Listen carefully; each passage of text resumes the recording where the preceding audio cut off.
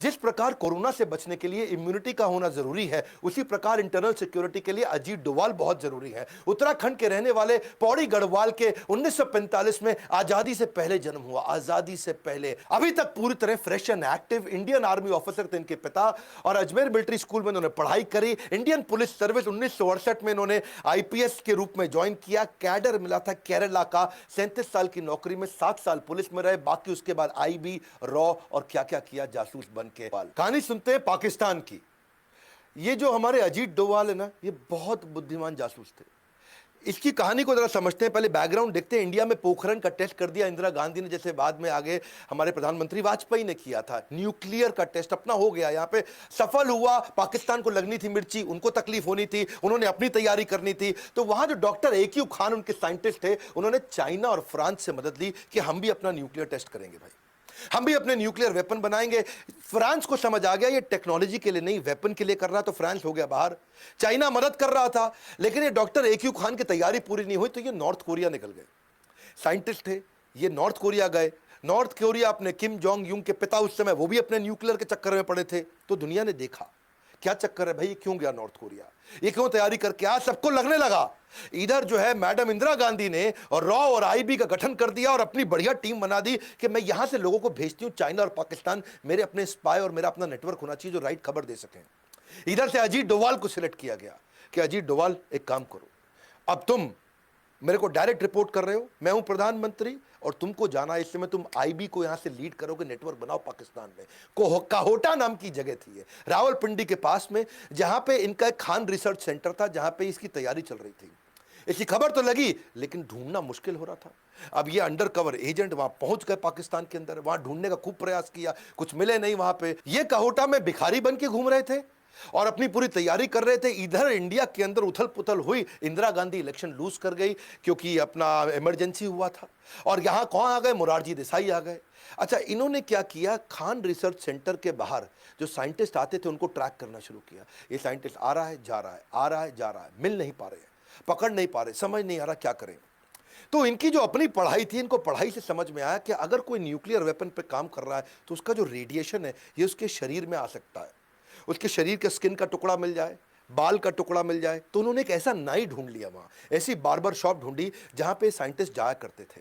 तो वहां जाकर के भिखारी बन के वहां बाहर बैठ गए और वहां बालों के सैंपल उन साइंटिस्ट लोगों के कलेक्ट करने शुरू कर दिए। बहुत बुद्धिमान थे, बहुत बुद्धिमान, लंबी तैयारी करके चले। अगर ये न्यूक्लियर वेपन पे काम कर रहे हैं तो बालों में रेडिएशन आ जाएगा। इन्होंने धीरे धीरे सैंपल कलेक्ट किए और किसी तरह अपने नेटवर्क के थ्रू उसको इंडिया में भेजा, और इंडिया में जब बालों को चेक किया गया तो बहुत भारी मात्रा में रेडिएशन भी मिल गया।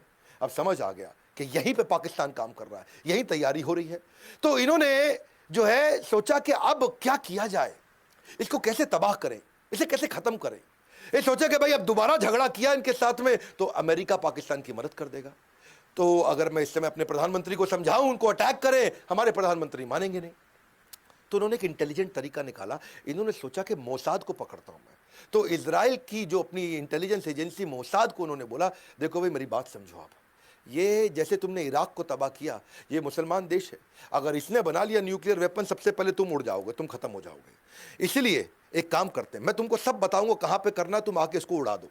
तो अजीत डोवाल इंटेलिजेंट थे, बोले इंडिया को लड़ना भी नहीं पड़ेगा और मैं इजराइल और पाकिस्तान का आपस में झगड़ा करा दूंगा, मेरा काम भी बन जाएगा और यहां कोई न्यूक्लियर टेस्ट होगा भी नहीं। तो और मोसाद मान भी गए। ये इतना बढ़िया कन्विंस करते थे, पता नहीं बुद्धादित्य योग है इनके पास, कौन सा योग है, ऐसे एस्ट्रोलॉजिकल योग है, ये जिसके पास जाए उसको कन्विंस कराया करते थे।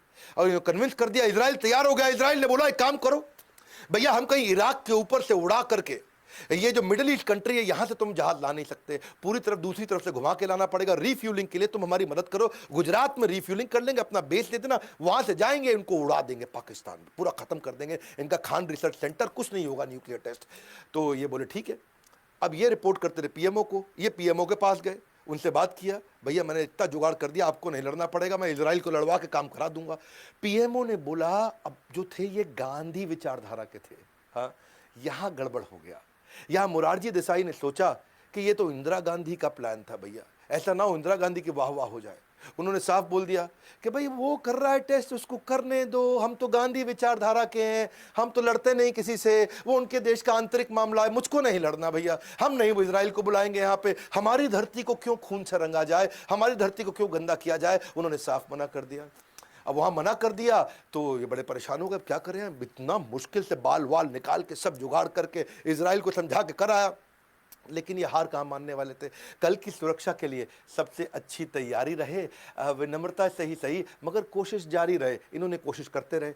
इन्होंने देखा एक साइंटिस्ट को पकड़ लिया, उसका एक्स्ट्रा मैरिटल अफेयर निकाल दिया, और वहाँ लड़की को भी पकड़ा, इनको भी पकड़ा, और साइंटिस्ट को जाके बोला इधर आ, मैं तेरी सारी खबर लीक कर दूंगा और तुझको बर्बाद कर दूंगा। मैं मेरी बात सुन, मुझको ब्लूप्रिंट दे दे अंदर का, बस इतना कर दे। वो साइंटिस्ट घबरा गया, वो बोला ठीक है पूरा ब्लूप्रिंट सब कुछ दे दूंगा, पर $10,000 दे दे मुझे, ताकि मैं यहाँ से बाहर निकल जाऊँ, मेरी जिंदगी पूरा सेट कर लो ना, मैं यहाँ से निकल जा तो पूरा ब्लूप्रिंट दे दूंगा, तो इंडिया को दे दियो। इसने कहा ठीक है, $10,000 तो कुछ नहीं है। इन्होंने अपना फिर फोन लगाया वहाँ पीएमओ को, हाँ जी $10,000 दे दो, काम हो गया हमारा, कैश में जाएगा पैसा। हाँ तो वैसा ही जुगाड़ चाहिए इनको। तो वहाँ पे मोरारजी देसाई ने फिर मना कर दिया।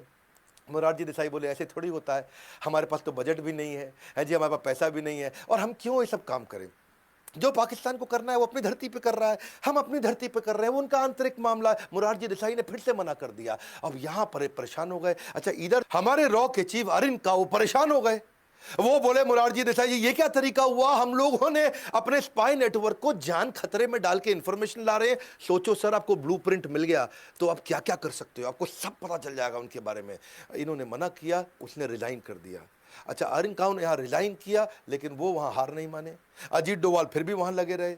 अजीत डोवाल ने वहां और तैयारियां करी कि मैं कैसे इसको नेस्ते नाबूद करूं, कैसे इसको खत्म करूं कैसे। पर इतने में क्या हुआ, इनके जो यहाँ पे नए राष्ट्रपति यानी कि अभी आर्मी के थे, वो आकर के पूरे डिक्टेटर जिया उल हक, उन्होंने कंट्री को, पाकिस्तान को अपने कंट्रोल में ले लिया। लेकिन वो चाहते थे आजू बाजू के देशों से रिश्ता ठीक बना रहे, थोड़े धार्मिक थे, सबसे प्रेम से बात किया करते थे। कभी श्रीलंका के प्राइम मिनिस्टर को फोन करें, कभी बांग्लादेश में करें, कभी फोन करें नेपाल में, तो इंडिया में फोन लगाए कभी कभी।